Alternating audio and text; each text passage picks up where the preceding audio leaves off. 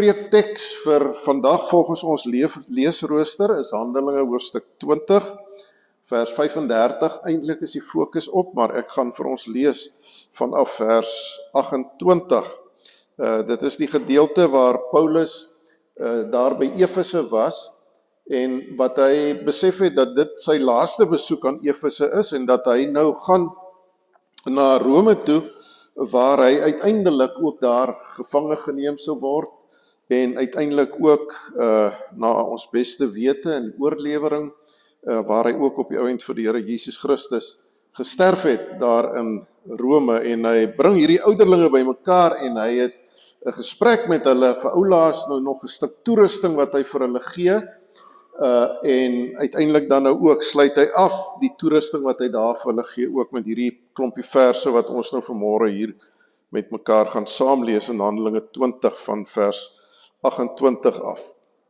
Paulus sê vir die ouderlinge: pas julle self op en ook die hele kudde oor wie die Heilige Gees julle as opsieners aangestel het om die gemeente van God wat hy deur sy eie bloed verwerf het, herderlik te versorg. Ek weet dat wrede wolwe na my vertrek julle geleedere sal binnendring en die kudde nie sal spaar nie. Selfs uit julle eie geleedere sal daar manne na vore kom wat verdraaide dinge verkondig om die disippels agter hulle aan weg te lok. Wees daarom waaksaam en onthou dat ek vir 3 jaar lank dag en nag nie opgehou het om 'n iedere en 'n elk van julle met trane te waarsku nie. En nou vertrou ek julle toe aan God en sy woord van genade. Hy wat mag het om op te bou en aan julle onder almal wat geheilig is 'n erfenis te gee. Silwer of goud of klere het ek van niemand begeer nie. Julle weet self dat ek met hierdie hande van my in my eie behoefte voorsien het en ook in die van hulle saam met my. In alles het ek vir julle gewys dat 'n mens deur harde werk die swakkes moet help en die woorde van die Here Jesus moet onthou toe hy gesê het: dit maak 'n mens gelukkiger om te gee as om te ontvang. Nadat Paulus dit gesê het, het hy saam met almal gekniel en gebid. Almal het baie gehuil en Paulus omhels en hom gesoen. Hulle was veral bedroef oor die feit dat hy gesê het, hulle sal hom nie weer sien nie. Toe het hulle hom na die skip vergesel. Die fokus dan van vanmôre se boodskap vir ons is dan vers 35, die woorde van Paulus wat hy daar sê, dit maak 'n mens gelukkiger om te gee as om te ontvang. Nou, broers en susters, ons lewe vandag in 'n wêreld waar ons inkomste en dit wat 'n huis werd is, waar ons dalk woon, voorreg het om te woon, hoeveel ons gespaar het en wat ons op die ou end in die lewe kan bekostig en nie kan bekostig nie, waar dit op die ou end vir ons die waarde bepaal van ons lewe. Ons waarde van ons lewe en dit wat die lewe vir ons inhou word baie dikwels dan nou gemeet in hierdie materiële dinge wat ons onsself mee besig hou. Maar die vraag vanmôre nou is of die manier hoe ons in ons eie lewens na die materiële dinge kyk waarmee ons besig is, in watter mate verklap hierdie kyk van ons, die manier hoe ons geld en die materiële sien, wat verklap dit van dit waaraan ons op die ou end eintlik ons hele lewe meet? Is dit die belangrikste? Die vraag op die ou end is, wat maak my gelukkig? Wat maak dat ek myself veilig voel? Dat ek op 'n manier voel, maar ek is daarom tog in beheer van my lewe en dit wat daarmee gebeur. Wat is dit wat my laat voel dat ek het genoeg en ek is daarom nou op 'n punt met my lewe wat my lewe redelik reg is? Ons hoor so baie keer wat mense sê, maar hy het dit gemaak, of sy het dit gemaak in die lewe. En wat dit dan op die eind beteken, as iemand dit gemaak het in die lewe, dan beteken dit daardie persoon het nou op 'n punt gekom waar hy of sy eintlik nou selfversorgend is. Dit is nou nie meer, hulle is nou nie meer in pa en ma se sak nie. Wat ons betref het hulle in 'n sekere sin het hulle nou gearriveer. Hulle kan nou vir hulle self sorg en om die waarheid te sê kan hulle eintlik ook redelik goed vir hulle self sorg. Die evangelie van die Here Jesus Christus, wat ons voortdurend hoor en wat voortdurend aan ons verkondig word, bring nie maar net vir ons 'n paar nuwe reëls in die lewe van hoe ons behoort te lewe of hoe ons na die lewe behoort te kyk nie. Want wat die evangelie vir ons sê, is dat Jesus het iets gedoen binne in ons lewens.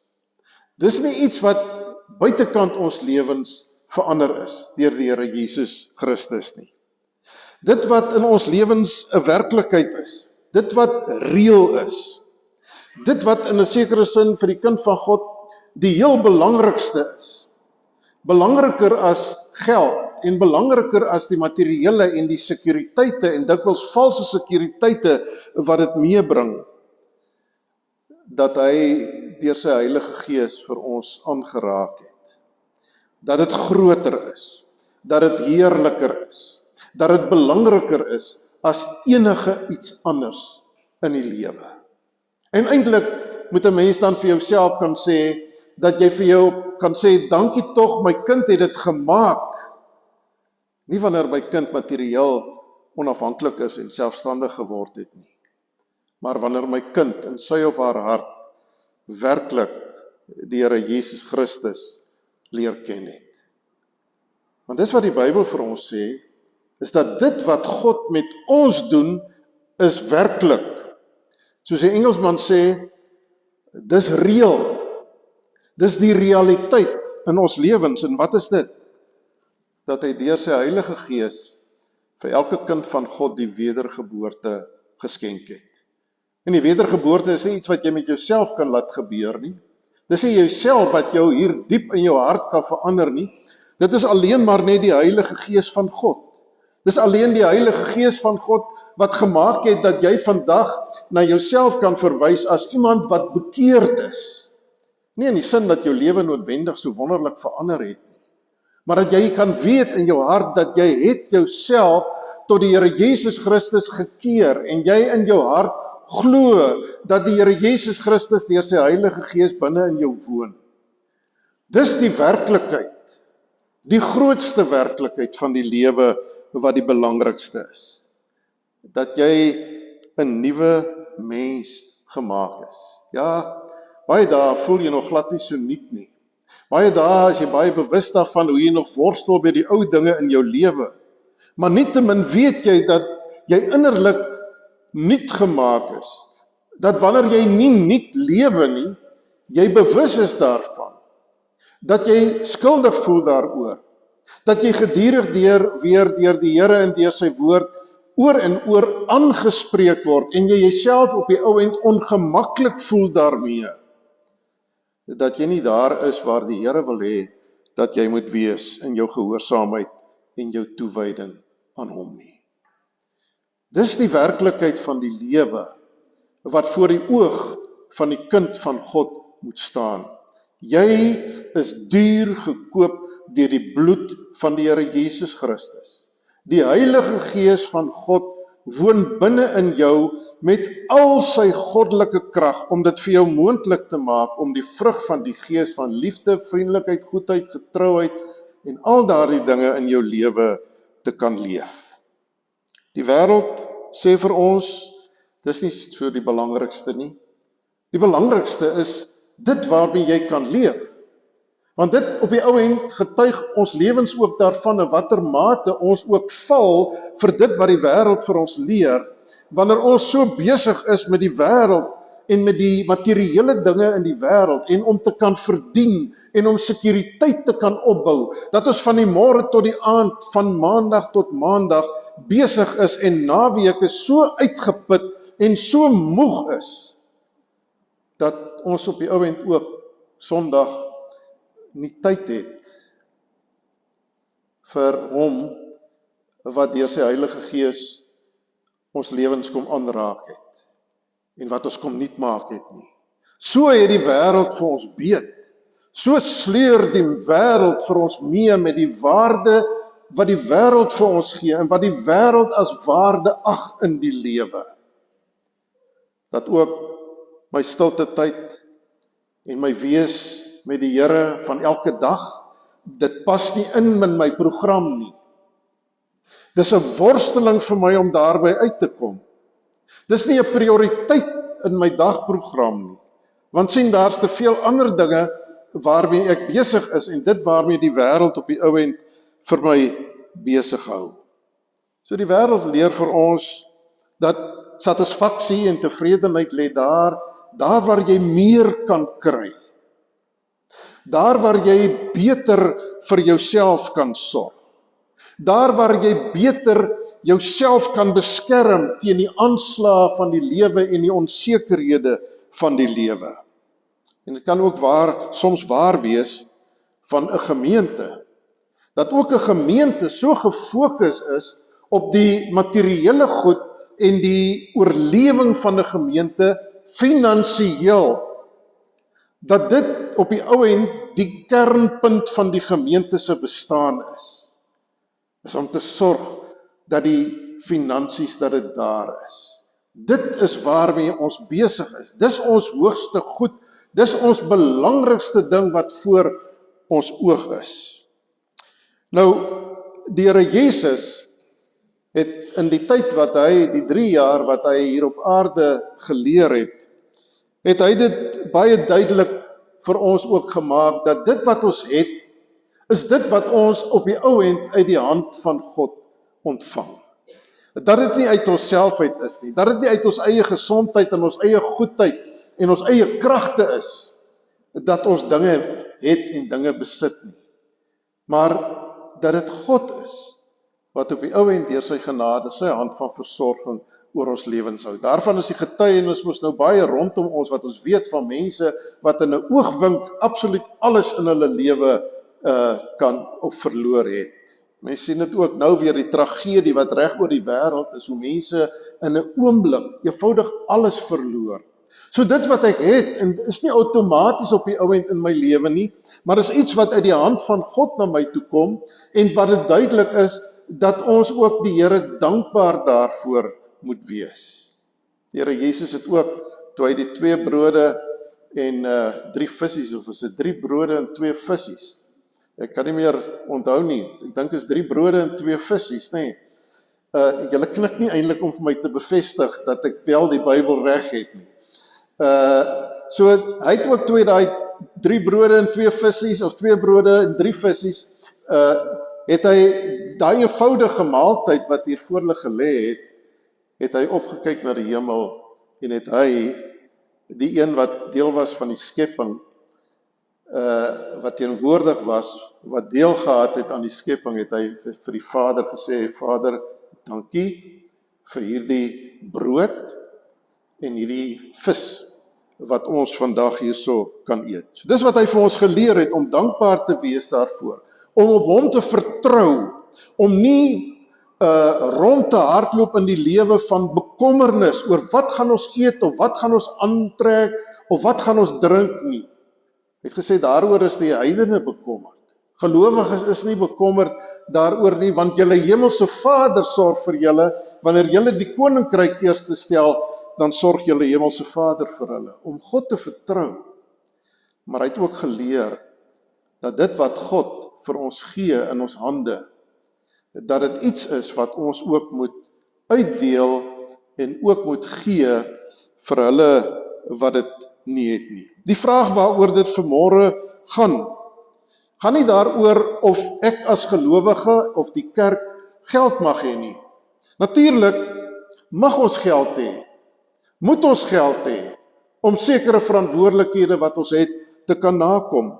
Is dit die verantwoordelikheid van elke kind van God om te werk en om te sorg dat daar geld is, sodat hy ook die wat onder sy sorg is, ook kan versorg, soos wat Paulus self in hierdie gedeelte vir ons sê, dat hy met hierdie hande van hom gewerk het, om vir homself te sorg, en ook te sorg vir sy geselskap, die mense wat saam met hom daar was, het hy ook vir hulle gesorg. So ons mag sorg.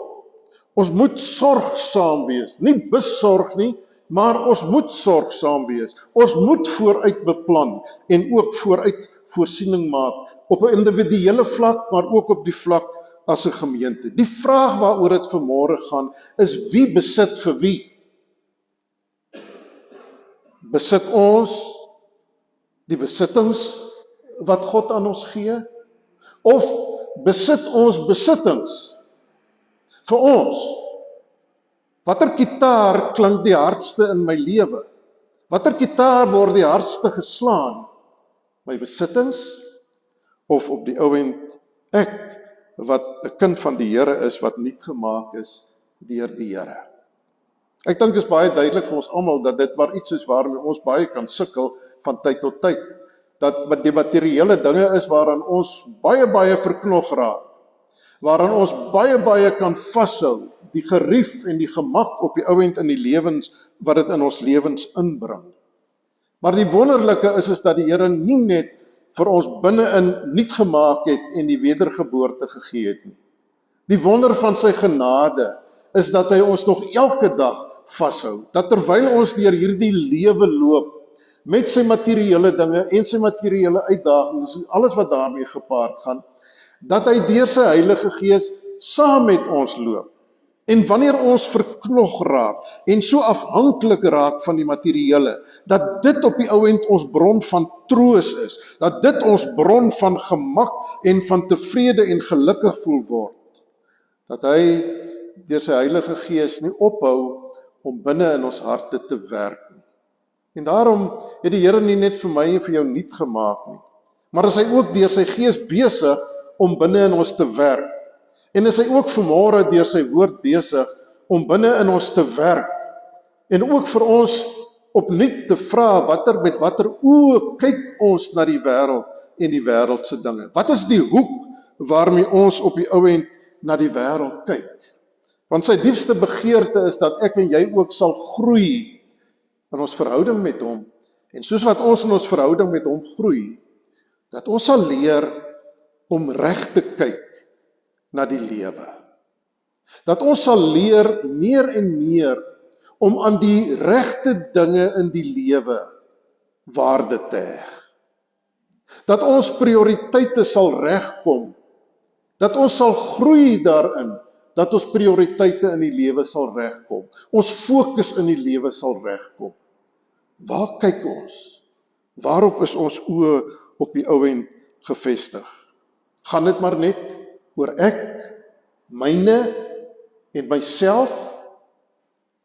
Of het daar iets gebeur van dit wat ons in die lewe van die Here Jesus Christus gesien het, en dit wat Paulus ook in hierdie gedeelte vandag vir ons sê, dat dit ook meer en meer in ons lewens 'n werklikheid begin raak, waar ons besef, dat uit dit wat die Here vir ons gee, dat ons moet uitgee buitentoe, die liefde, gehoorsaamheid aan hom, diensbaarheid teenoor mekaar en teenoor die wêreld, dat ons vrygewig sal word, dat ons maklik sal gee.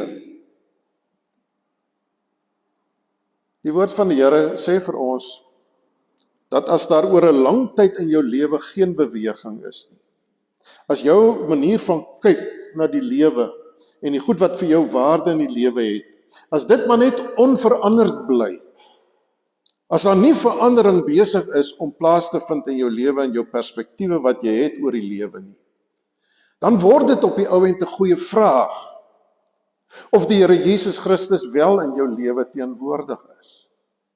Dan word dit 'n goeie vraag op die ouend om te vra, of jy wel op die ouend wedergebore is. Want as jy onbeweeglik is vir die Gees van God se werking binne in jou, dan is daar iets radikaals verkeerd. Dit is onmoontlik vir 'n kind van God, wat nuut gemaak is in sy hart, dat wanneer die Heilige Gees voortdurend besig is om aan hom te trek en te stoot, dat daar volhardend weerstand kan wees. Ja, weerstand teen die werking van die Gees in my lewe is daar baie. Maar dit kan nie volhardend wees nie.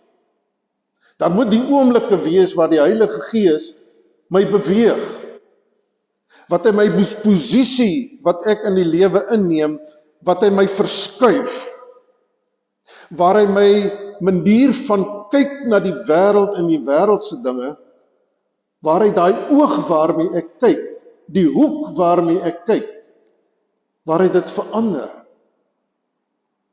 Daar's oomblikke wanneer die kyk anders is. Maar dit is hoe die bose in ons werk, in ons eie sondige vlees is, dat daar's weer die oomblikke wat ons weer die ou kyk terugkry, waar goed vir ons super belangrik raak, wat nie veronderstel is om super belangrik te wees nie. So as daar nie beweging is nie, dan is dit belangrik vir my om vir myself 'n klompie vrae af te vra. Die Here Jesus het self gesê in sy bergpreek, het hy gesê dat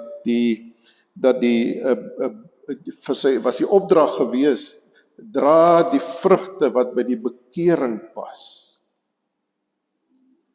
So op die ou end, jou kyk na die materiële goed en die rol wat dit in jou lewe speel, verklap iets.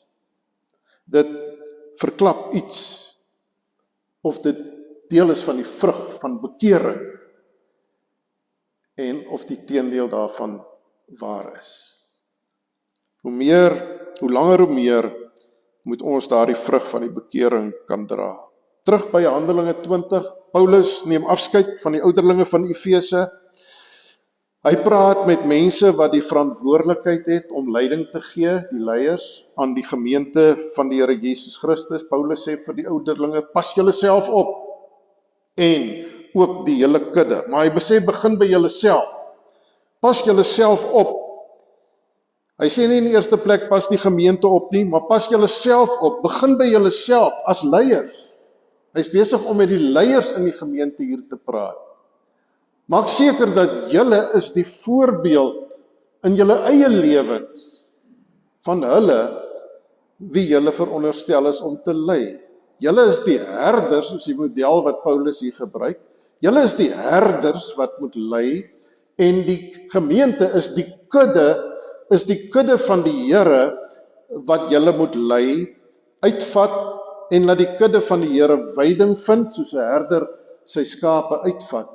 Julle moet vir hulle leer, wat is die waardes wat daar in die lewe is? Wat is dit wat belangrik is? Wat is dit wat voorop staan? Wees versigtig, pas op, dat julle nie julle hoek waarmee julle kyk, verloor nie. Pas op, maak seker, dat die hoek waarmee julle kyk na die dinge van hierdie wêreld, noodsaaklike dinge, maar dat die hoek waarmee julle daarna kyk, maak seker dat daardie hoek die regte hoek is. Paulus wys na homself en hy raak baie prakties. Hy sê vir hulle, silwer of goud of klere het ek van niemand begeer nie. Terwyl ek hier by julle was, 3 jaar lank wat ek vir julle geleer het, ek het julle so ernstig geleer, elkeen van julle persoonlik geleer, tot met trane toe het ek julle geleer, met 'n passie in my hart vir julle het ek julle geleer, maar terwyl ek hier besig was om julle te leer, kan julle nie van my sê dat ek silwer en goud en klere van enige iemand begeer het nie. En miskien is dit die kruks van die saak, is dit waar die toets as het ware lê. Nie net wat doen ek nie, maar wat begeer ek? Waarna is my hinkering? Op een of ander manier, sê Paulus, deur die genade van die Here, het ek nooit gekyk na dit wat julle het, na die voertuig waarmee julle ry, na die huis waarin julle woon, en dit begeer nie. Die begeerte om te kan hê, om ook te kan wees soos, so en so en so. Om daarom ook so en so 'n voertuig te kan hê, om daarom ook so en so 'n huis te kan hê. Paulus sê, ek het nooit eers het daardie begeerte by my opgekom nie. Maar wat ek gedoen het, is dat ek het hard gewerk met my hande. En al wat ek gedoen het met dit wat ek hard gewerk het met my hande, ek het vir myself gesorg. Ek het ook gesorg vir die mense wat saam met my die 3 jaar hierso by julle is, die mense wat saam met my loop, my mede-getuies wat saam met my loop, het hulle wat my versorg en wat my bystaan en wat my bemoedig, ek het vir hulle ook gesorg. Ek het hard genoeg gewerk om vir hulle ook te kan sorg. En daarom het ek nooit iets van julle begeer nie, want ek het vir myself gesorg. Maar dan gaan 'n treukie verder. Daar's ook die ander. Paulus sê, my hand was nie toe gewees en ek het net vasgehou aan dit wat ek voorgewerk het en besit het nie. Hierdie hande wat hard gewerk het, selfversorgend was. Hierdie hande is ook hande wat oop is. Dis nie hande wat toe is nie. Dis nie hande wat vashou dit wat ek het, dit waarvoor ek swaar gewerk het nie. Want dis myne. Ek het daarvoor gewerk. Ek het dit bymekaar gebring. Paulus sê nee, die hand waarvan hy praat is nie 'n hand wat toe is nie, maar is 'n hand wat ook oop is vir die swakkes. Die swakkes, sê hy, is hulle wat gehelp moet word. En dan herinner hy vir hulle aan Jesus se woorde. Is 'n interessante aanhaling hierdie, want jy kry dit nie in een van die 4 evangelies, hierdie woorde wat Paulus aan Jesus toeskryf nie. So onder die apostels en daar, natuurlik is nie alles in die evangelies opgeteken van wat Jesus gesê het nie, maar klaarblyklik was dit iets wat Jesus gesê het, wat so tussen hulle is hierdie woord oorgedra. Jesus het dit self gesê, dit was die getuienis gewees. Dit maak 'n mens gelukkiger om te gee as om te ontvang. Dit maak 'n mens gelukkiger om te gee as om te ontvang. Dit alles wat jy ontvang het, dit waarvoor jy gewerk het, dit waarmee die Here vir jou voorsien het, wanneer dit in jou hand inkom, maar daardie hand is nie 'n hand wat toegemaak word en vashou nie, maar is ook 'n hand wat weer gee en uitdeel dit wat jy ontvang het. Dit maak 'n mens gelukkiger om so te wees. Om te kan gee. Dis nie wat die wêreld sê nie. Die wêreld sê, sorg vir jouself. Trap op ander se koppe in die proses om beter af te wees. Wees oneerlik met ander en kom ander mense te na, sodat dit beter met jou kan gaan. Dat jy meer tevrede kan wees met wat jy het. Die wêreld sê, maak jou hande toe. Hou jou hande styf toe. Want dit gaan op die ou end oor jou. Joune en jouself. Paulus sê, Jesus het vir ons iets anders geleer. God se ekonomie, sê Paulus, werk anders. Jy's nie welaf, jy's nie ryk wanneer jy baie goeders het vir jouself en vir jouself kan vashou. Maar jy's ryk wanneer jou hand oopgaan, wanneer jy uitdeel en gee dit wat joune is. Wanneer jy deel met ander dit wat joune is, dan word jy ryk. 'n Ander se rykdom as hierdie wêreld, maar jy word ryk. So die vraag, sê Paulus, die oog waarmee die gelowige, die hoek waarmee die gelowige na die wêreld moet kyk, is nie hoeveel het jy ontvang nie. Die vraag is, wat doen jy met dit wat jy ontvang het? Jyself. Is ook waar van die kerk, is ook waar van 'n gemeente. Wat doen jy met dit wat jy uit die hand van die Here ontvang. Die Here gee, broers en susters, aan ons nie net materiële goed nie. Die Here gee ook aan ons tyd. Hy gee ook aan ons bepaalde talente, bepaalde vermoëns, bepaalde gawes wat ons het. Hy gee ook vir ons geld, die materiële. Hy sorg ook daarvoor, ook vir ons, vir die gesondheid, om dit te kan verdien.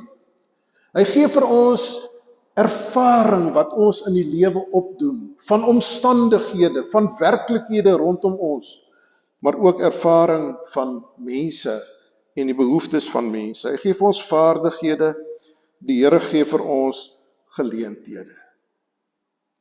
Die vraag vanmôre nou vir my en vir jou is, wat gebeur met die gawes wat God my gee, wanneer dit deur my hande gaan? Hou ek dit vas? Of is ek bereid dat dit wat van God af na my toe kom, dat dit deur my vloei, op die ou end ook na ander toe? En daarom praat ons vanmôre nie net van geld en materiële besittings nie. Soos ek gesê het, ons praat ook van die tyd en die gawes en wat ook al wat God vir jou gegee het. So die vraag gaan nie vanmôre net noodwendig oor hoeveel geld jy gee vir ander mense rondom jou wat in nood verkeer nie. Want miskien is dit tyd wat jy vir iemand anders gee, wat jy nie in die waarde van geld kan meet nie. Is dit 'n besoek waarvoor jy jou eie program moes aanpas en moes moeite doen en goed wat vir jou miskien belangrik was, moes prys gee sodat jy by iemand 'n besoek kon aflê? Miskien is dit net saam met die tyd net daai oor wat bereid is om te luister na iemand anders. Miskien is dit daai vaardigheid wat jy het om iets reg te maak, om iets met jou hande te kan doen. Miskien is dit wat jy ontvang het, die vaardigheid van God, wat jy moet uitgee en moet deel met iemand anders. Miskien is dit op die ou end om iemand anders te vergewe, want jy is vergewe, jy het vergifnis ontvang van God af, en dat jy dalk weer iemand anders vergewe. Partykeer is dit dalk net 'n gebed om saam met iemand te bid wat in moeilike omstandighede verkeer. Dit gaan nie daaroor, broers en susters, oor het ek genoeg om te kan gee nie. Dit gaan daaroor, wat het God reeds aan my gegee? Wat besit ek reeds? Wat is daar wat deur my hande moet vloei om tot seën vir iemand anders te wees? Paulus se fokus in hierdie gedeelte vanmôre baie duidelik is hy sê dat hulle wat gehelp moet word, aan wie jy jou tyd en jou geld en jou moeite en jou gawes moet afstaan, is die swakkes. Dit is mense wat nie self op daardie spesifieke terrein vir hulle self kan voorsien nie. Dis die bejaarde wat nie 'n werk meer het nie, wat nie meer 'n vaste inkomste het nie. Dit is die mens wat siek is en skielik nou met die siekte saam ook inkomste op daardie manier ook verloor. Dis dalk die persoon wat een of ander fisiese gebrek het. Dis 'n gesin wat dalk baie onverwags in 'n krisis beland het. Dit kan ook mense wees wat iets of iemand verloor het en nie op hulle eie kan regkom nie. Swak is. Dis hulle. Wat God ook al vir jou gee, moet deur jou vloei na hulle wat swak is. Christelike liefde vra ook van ons onderskeiding, want in die dag en die tyd waarin ons leef, en dit was al in die Bybelse tyd so gewees, was daar 'n verskil tussen mense wat in nood verkeer en mense wat doodgewoon onverskillig is. Die Bybel sê nie ons moet die onverskilliges help nie.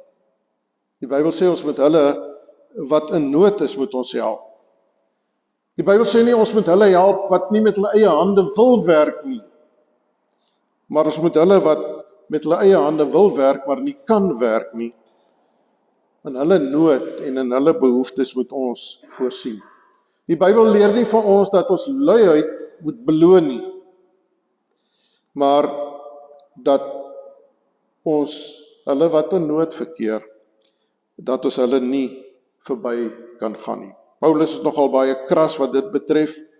In een van sy briewe skryf hy dat die wat nie wil werk nie, moet nie eet nie. Baie kras, en dit maak dit nogal vir 'n mens baie moeilik en baie ingewikkeld. Want hoe wys jy 'n mens weg wat voor jou staan, wat werklik honger is? En is daar tye en omstandighede wat voor ons en oor ons pad kom, waar ons weet, hierdie mens is 'n mens wat hy wil nie vir homself sorg nie, waar 'n mens baie moeilike besluite moet neem in daardie omstandighede, en waar die Here alleen maar deur sy Gees vir ons kan lei wat ons doen in 'n baie spesifieke omstandigheid. Maar nou moet ons baie versigtig wees wat dit betref. Ons moenie dat die vrees dat iemand anders dalk vir ons wil misbruik. Ons moenie laat daardie vrees maak dat ons die werklike nood wat daar by mense is, miskyk. Want dit is baie maklik om dit te doen. Dit is baie maklik vir ons om ander kant toe te kyk. Ons sien die nood, en die nood in die wêreld is so groot dat 'n mens nie eintlik weet waar jy moet help, wie moet jy help en wie moet jy nie help nie. Dit is 'n verskriklike komplekse situasie, maar wie die Here ook al oor jou pad bring, hier oor jou paadjie wat jy besig is om te loop, moet jy antwoorde kry op hierdie vrae in jou eie gemoed. Sien jy die nood raak, of kyk jy net weg? Jy voel skuldig daaroor, jy kyk weg, maar jy het al baie geoefend geraak ook daarmee, want hoe meer jy wegkyk van die nood, hoe makliker word dit om die nood nie meer raak te sien. Want jy verloor die sensitiwiteit wat daar by die Here Jesus Christus was. Die sensitiwiteit wat daar by die apostel Paulus ook teenwoordig was, vir hulle wat in nood verkeer. So God se ekonomie, broers en susters, vra van ons dat ons liefdevol sal optree, maar dat ons ook met wysheid sal optree, onderskeidingsvermoë. En ek sê weer, daardie onderskeidingsvermoë kan ek nie 'n algemene reël vir môre neerlê nie. Dit lê by wat u self in die omstandighede waarin jy verkeer en die mense wat God oor jou pad toelaat, waar jy vir jouself met die Here moet uitklaar.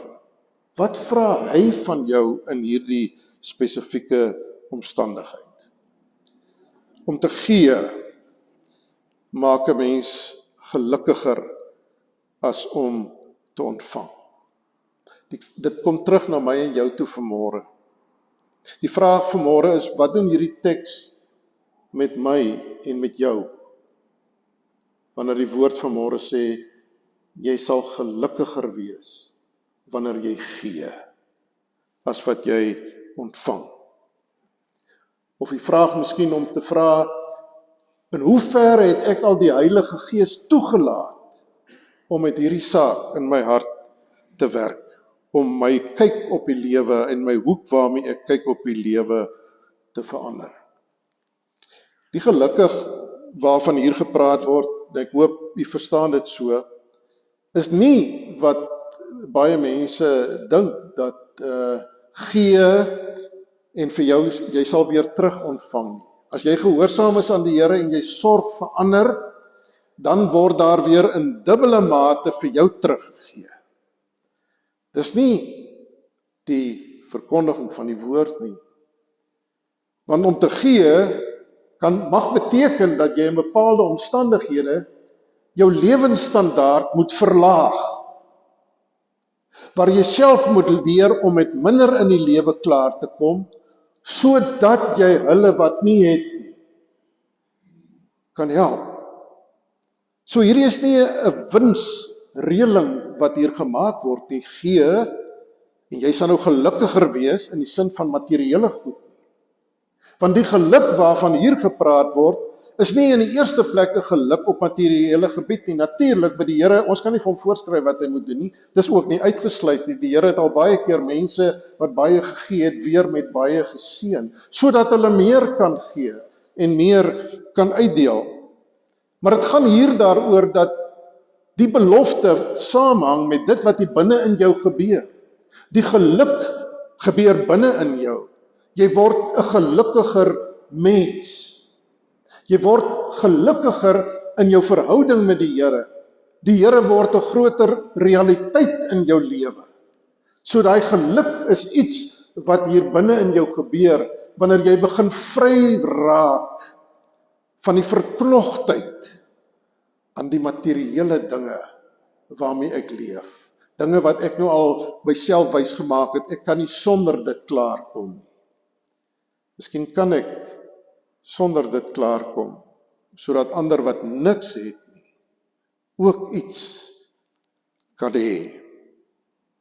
Geluk lê daarin om die vrede te hê, om te weet, jy is daar waar God jou wil hê.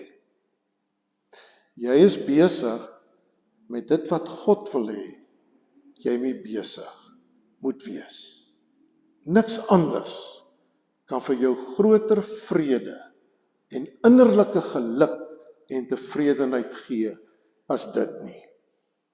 Dis nie die lof wat mense aan jou bring wanneer hulle sien dat jy gee en dat jy opoffer ter wille van ander nie. Dis nie wat jou gelukkiger maak wanneer mense op die skouer klop en sê, maar o, jy's daarom 'n goeie mens, kyk hoe offer jy self op om te gee nie. Maar die geluk lê tussen jou en die Here. En dit wat hier binne in jou leef.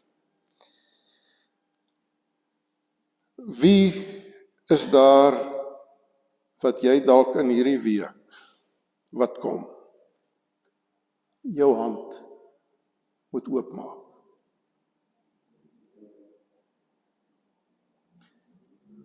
Wie is daar wat seën mag belewe uit die gawes wat jy uit die Here se hand uit ontvang?